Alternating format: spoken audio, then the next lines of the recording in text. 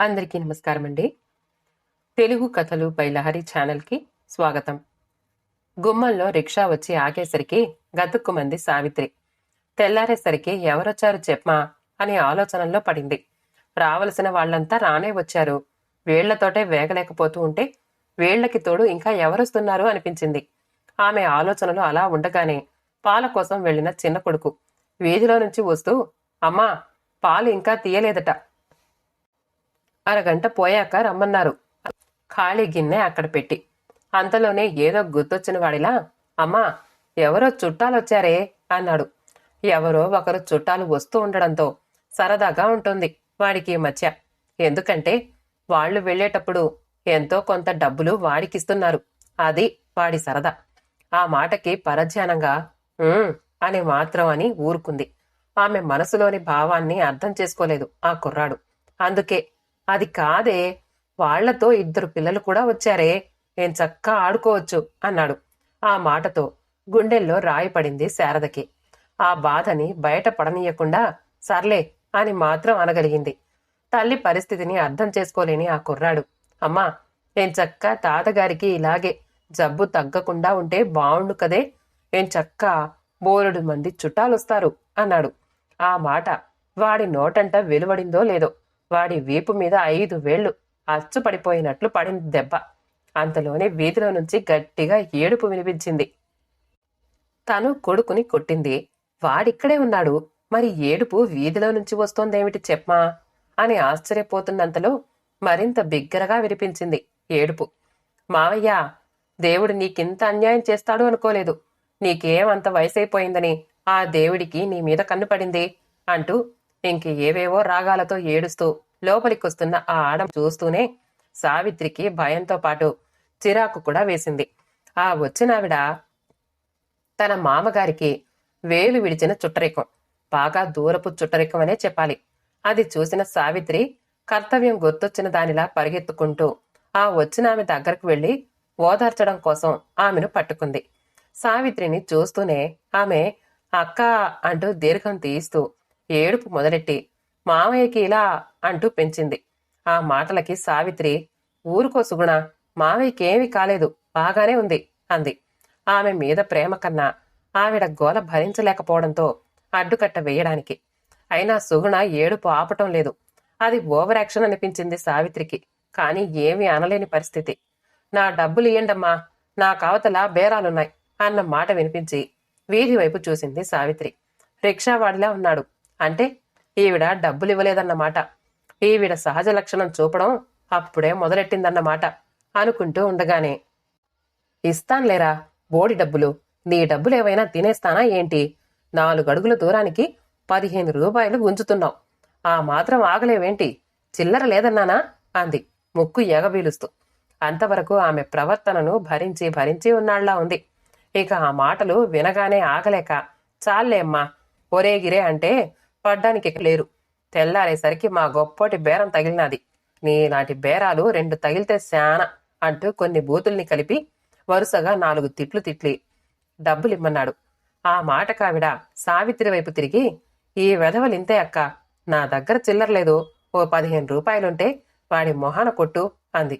అక్కడికేదో ఆమె సొమ్ము కట్టగట్టి ఈమె దగ్గర దాచినట్టు.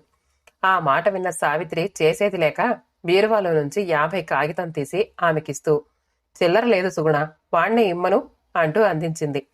అది అందుకున్న ఆమె పక్కనే ఉన్న వాళ్ల కుర్రాడికి ఆ నోటిస్తూ, ఒరే చిన్న, రిక్షావాడి మొహాన 15 రూపాయలు కొట్టి నువ్వు తమ్ముడు 10 రూపాయలు టిఫిన్ చేసి మిగిలిన డబ్బులు పట్రండ్రా అంటూ సావిత్రి వైపు తిరిగి, చంటి వెధవలు, ఆకలికి ఆగలేకపోతున్నారక్క, ఇందాకటి నుంచి ఒకటే గోల అంది. అదేదో పెద్ద ఘనకార్యమైనట్టు. ఆ చర్యతో ఆమె చొరవకి చికాకేసినా అణుచుకుని, పిల్లలకి చద్దన్నాలున్నాయి సుగుణ, టిఫిన్లెందుకు అంది. అప్పటికి ఆ మాట విన్న సుగుణ, మా పిల్లలు చద్దన్నం తినరక్క, వాళ్లకి పడదు, వాళ్లకి చిన్నప్పటి నుంచి టిఫిన్ అలవాటు అంది దీర్ఘం తీస్తూ. ఆ మాటకి ప్రసార సమాప్తి అయిన రేడియోలాగా అయిపోయింది సావిత్రి. పైకి అనలేకపోయినా మనసులో మాత్రం, అవునులే, నమ్మేవాళ్లుంటే నాది నార్త్ అమెరికా అనే తత్వం నీది, నీ సంగతి నాకు తెలియకపోతే కదా అనుకుంది. ఇంతలో వదినా, ట్యాంకు నిండిపోయినట్టుంది, నీళ్లు పొర్లిపోతున్నాయి, మోటార్ కట్టి అంటూ లోపల నుంచి కేక వేసింది ఆడపడుచు. ఆమె కూర్చున్న గదిలోనే స్విచ్ ఉన్నా దూరంగా ఉన్న తనని పిలిచిన ఆడపడుచు తత్వాన్ని తలుచుకుంటూ మా గొప్ప ఆడదానివి సుమి అనుకుంది. ఇంతలో అక్కడికొచ్చిన భర్త, సావిత్రి, ఎంతసేపయింది కాఫీ అడిగి, ఏం చేస్తున్నావు అన్నాడు. ఆ మాటకి సమాధానం చెప్దాము అనుకుంటున్నంతలోనే, ఒసేవు సావిత్రి, వేడి నీళ్లు పెట్టమన్నాను పెట్టావే అని అతడి తల్లి. ఆమె మాట పూర్తి కాకుండానే, వదినా, పాలుకి పంపించావు కదా, వచ్చాయా, పెళ్ళాడికి హార్లిక్స్ కలపాలి అంటూ అతని చెల్లెలు అడగడం వినిపించి భార్య పరిస్థితిని అర్థం చేసుకుని ఏమీ అనలేక వెనుదిరిగిపోయాడతను.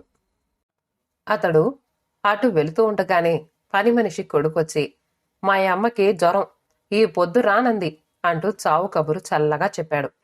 ఆ మాట విన్న తోడికోడలు, ఈ పని మనుషులెప్పుడూ ఇంతే అక్క, ఇంట్లో మనుషుల్ని చూసి వేషాలేసి రావడం మానేస్తారు, అందుకే నేను మా ఊళ్ళో అది ఎన్ని రోజులు రాకపోయినా అంట్లు అలాగే ఉంచుతాను గాని తోమను. అసలు అంట్లు తోమడం నాకు పరమ చిరాకు సుమి, నాకు మాత్రం చెప్పకు అన్న ధ్వని వచ్చేటట్లు. ఆ పని తనకెక్కడ చుట్టుకుంటుందోనని ముందు జాగ్రత్త పడుతూ అందరి మాటలు వింటూ అందరి మనస్తత్వాలు తెలిసింది కావడంతో ఎవరికి తగినట్లు వారి అవసరాలు తీరుస్తూ నిర్లిప్తంగా అన్ని పనులు చేసుకుపోతోందామె. అష్టావధానం చేసే అవధానిలా. ఆ ఇంటికి పెద్ద కోడలు కావడము, ఆపై నెమ్మదస్తురాలు కావడంతోనూ దేని నుంచి తప్పించుకోలేకపోతోంది సావిత్రి. ఇప్పుడు అదే జరుగుతోంది. ఆమె మావగారికి ఈ మధ్య జబ్బు చేసింది. చాలా హాస్పిటళ్లకి తిరగవలసొచ్చింది. రాకపోకలకి, డాక్టర్లకి, మందులకి, ఇతర ఖర్చులకి చాలా ఖర్చయింది. సావిత్రి భర్త కైలాసంకి. అదేం జబ్బో గాని హాస్పిటల్లో ఉన్నన్నాళ్లు బాగానే ఉంటుంది. ఇంటికి తీసుకొచ్చేసరికి మళ్ళీ ఏదో ఒక కొత్త సమస్య ఉత్పన్నమవుతోంది. దాంతో మళ్ళీ రాకపోకలు, మరింత ఖర్చు. డబ్బంటే అప్పో సొప్పో చేస్తారు గాని వచ్చిన చిక్కల్లా చుట్టాలతోనే వస్తోంది. మామగారికి బాగోలేదని తెలిసిన దగ్గర నుంచి ఆమె తోడికోడళ్ళు, మరుదులు, ఆడపడుచులు, వాళ్ల భర్తలు, అత్తగారి వంక చుట్టాలు, మామగారి వంక బంధువులు, వీళ్లందరి అవసరాలు తీర్చడంతో ఊపిరి సలపడం లేదు సావిత్రికి. అది చాలదన్నట్టు వారంతా ప్రవర్తించే తీరు, ప్రదర్శించే మధ్యతరగతి భేషజాలు, మనస్తత్వాలతో సతమతమవుతోంది. ఒక పక్క మామగారికి మంచి చెడ్డలు చూడాలి. అత్తగారున్నా ఆవిడ ఏమాత్రం సాయం చెయ్యకపోగా తిరిగి సాధింపులు మొదలెడుతుంది. భర్తకి అంతలా జబ్బు చేసినా కనీసం ఏ బాధ్యత తీసుకోకుండా మీదు మిక్కిలి వచ్చిన కూతుళ్లకు, అల్లుళ్లకు మర్యాదలు చేయలేదని సావిత్రిని సాధిస్తోంది. అంతేకాకుండా ఎంతసేపు ఆమె అవసరాలు, కోడలు మీద అధికారం చెలాయించడం తప్ప మరో పని లేదామెకు. అయినా ఓపికైన ఇల్లాలు కాబట్టి సావిత్రే అన్నీ చూసుకుంటోంది.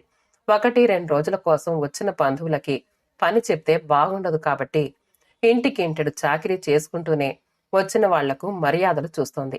అన్ని రకాలుగా జాగ్రత్తగా చూస్తున్నా ఏదో ఒక మాట ఎవరో ఒకరు విసురుతూనే ఉన్నారు. ఒకరు వెళ్లేసరికి మరొకరు. ఆమె పడుతున్న కష్టాన్ని గుర్తించకపోగా ఆడపడుచులు, తోడికోడళ్లు మర్యాదలు చాల్లేదు అంటూ మూతి విరుపులు విరుస్తూనే ఉన్నారు. మొన్న జరిగిన సంఘటన ఆమె మనసులో ఇంకా పచ్చిగానే ఉంది.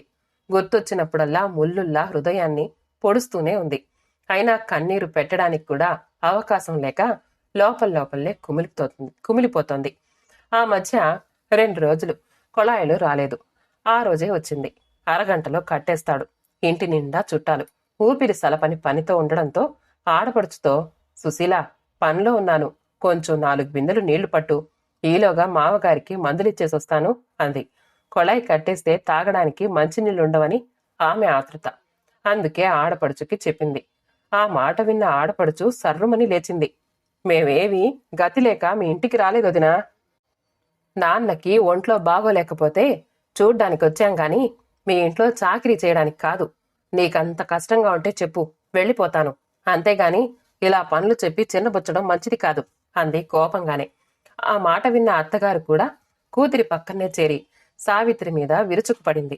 అసలు తను అన్న మాటలో తప్పుందో అర్థం కాలేదు సావిత్రికి. అయినా మరేమీ అనలేకపోయింది.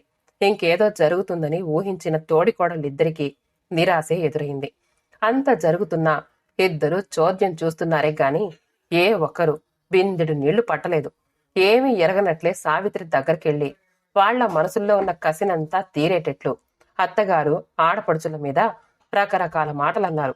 అంతటితో ఊరుకోకుండా సావిత్రితో వాళ్ళు అంతలేసి మాటలంటూ ఉంటే నువ్వెందుకు ఊరుకున్నావు, గట్టిగా ఇవ్వవలసింది, సంకటం కట్టిపోను అంటూ ఇవేవేవో అన్నారు. ఆమెను రెచ్చగొడుతూ ఆ మాటలకి సావిత్రి ఏమీ సమాధానం చెప్పకపోవడంతో వాళ్ల పథకం పారనందుకు సావిత్రినే 4 దులిపేసి అక్కడి నుంచి వెళ్లిపోయారు. తోడికోడళ్ల సంగతి పూర్తిగా తెలిసినది కావడంతో ఆమె మౌనం వహించింది. పొరపాటున నోరు జారిందా ఇక తన పరిస్థితి వర్ణింపతరం కాదు. ఇలాంటి ఆలోచనలతో ఉన్న సావిత్రికి సుగుణ మాటలు వినిపించాయి. ఈ 2 తిను మావయ్య, ఏమీ అయిపోదు, మా ఊరి స్పెషల్ స్వీట్ ఇది, అందుకే నీ కోసం ప్రత్యేకంగా తెచ్చాను అని బలవంతంగా తినిపించబోతోంది. మామగారు వద్దు అంటున్నారు. అయినా సుగుణ వినడం లేదు. అది చూసిన సావిత్రి గుండెల్లో రాయి పడింది. అతడికి అసలే షుగర్ ఉంది. ఏ మాత్రం తీపి తగిలినా ప్రమాదం. అందుకే అతన్ని తన పర్యవేక్షణలోనే ఉంచుకుని జాగ్రత్తగా చూస్తోంది ఇన్నాళ్లు. అలాంటిది ఇప్పుడు సుగుణ స్వీట్లు ఇవ్వబోతోంది. వద్దని అడ్డు పెట్టలేదు, అలాగని తిననివ్వలేదు. అయినా తెగించి ఆమె దగ్గరకు వెళ్లి, సుగుణ, మామగారికి స్వీట్ పనికిరాదు అంది. డైరెక్టుగా స్వీటు పెట్టవద్దని చెప్పకుండా. ఆ మాటకి సుగుణ, పర్వాలేదు వదినా, ఒక్కటే కదా, ఏమైపోదులే, అంతగా కాకపోతే ఓ టాబ్లెట్ వేస్తే అదే సర్దుకుంటుంది అంటూ ఎంత వారిస్తున్నా బలవంతం చేసి తినే వరకు ఒప్పుకోలేదు. అది చూసిన సావిత్రి ప్రేక్షకురాలే అయ్యింది తప్ప మరేవీ మాట్లాడలేకపోయింది. అంతకన్నా సగటు మధ్యతరగతి ఇల్లాలు ఏం చేయగలదు? ఎన్ని సమస్యలు అని బుర్రలో పెట్టుకుంటుంది? బావగారు మరిది వచ్చి వాళ్లకి తోచిన సలహాలిచ్చి వెళ్లిపోవడం తప్ప ఖర్చుల విషయం గాని, ఎలా చేస్తున్నావని గాని అడిగిన పాపాన పోవటం లేదు. ఆ సలహాలు వింటూ ఉంటే వాళ్ళు ఆలోచించే ఇస్తున్నారా అనిపిస్తోంది అప్పుడప్పుడు. స్తోమత లేనివారా అంటే లోటు లేని జీవితాలే వారివి కూడా. ఒకసారి అదే మాట భర్త దగ్గరంటే ఏ భావము వ్యక్తీకరించకుండా మౌనం వహించాడు. భర్తలో స్పందన లేకపోతే తను మాత్రం ఏం చేయగలదు? కాని భర్త మౌనానికి కూడా కారణం ఉందని, ఎవ్వర్నీ ఏమీ అనలేని నెమ్మదితనమే అది అని ఆమెకు తెలియదు. ఒక్కొక్కరుగా అందరూ వెళ్లిపోయేసరికి ఇల్లంతా బోసిపోయింది. తను, భర్త, అత్తగారు, మావగారే తప్ప ఇళ్లంతా ఖాళీ. ఇంటి పరిస్థితి వాళ్లంతా వెళ్ళాక గందరగోళంగా తయారయింది. రేషన్కి చుట్టాల కోసమే 12,000 దాటింది. మందుల ఖర్చు 25,000 పైనే. అదీకాక ఆడపిల్లలు అని, ఎప్పుడు రాకరాక వచ్చిన వాళ్ళు అని వాళ్లు వెళుతున్నప్పుడు అత్తగారు చేసిన మర్యాదల కింద మరో 5-6 వేలు. లెక్కల్లోకొచ్చినవి ఇవైతే, వదినా, ఈ స్టీలు గిన్నె ఎక్కడ కొన్నావు? చాలా బాగుంది. ఇలాంటి గిన్నె నేనెన్నిసార్లు ప్రయత్నించినా దొరకలేదు. ఇది నేను పట్టుకుపోతాను, నువ్వు మరోటి కొనుక్కో అన్న ఆడపడుచు. అలాగే మరికొన్ని వస్తువుల్ని అడిగి తీసుకుపోయిన కొందరు బంధువులు. అవి ఆ ఊళ్ళల్లో నిజంగా దొరక్కపోవని తెలుసు. కొనాలంటే పెద్ద ఖరీదు కాదని తెలుసు సావిత్రికి. కాని వారి మనస్తత్వం తెలిసి ఏమీ అనలేని స్థితి. మధ్యతరగతి మందహాసం.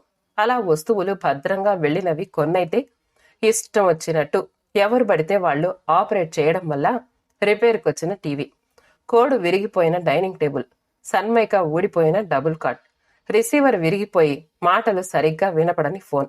ఇలాంటి నష్టాలు ఎన్నో. అవి లెక్క పెట్టాలో లేదో తెలియదు. కాళ్ళు చేతులు ఆడటం లేదు సావిత్రికి. ఈ పరిస్థితుల్లో ఏం చెయ్యాలో తెలియటం లేదు. సమయానికి భర్త కూడా లేడు ఇంట్లో. నాన్నగారికి బాగానే ఉంది కదా, ఒకవేళ ఏదైనా అవసరమైతే ఫోన్ చేయి అంటూ ఆఫీస్ పని మీద హైదరాబాద్ వెళ్ళాడు.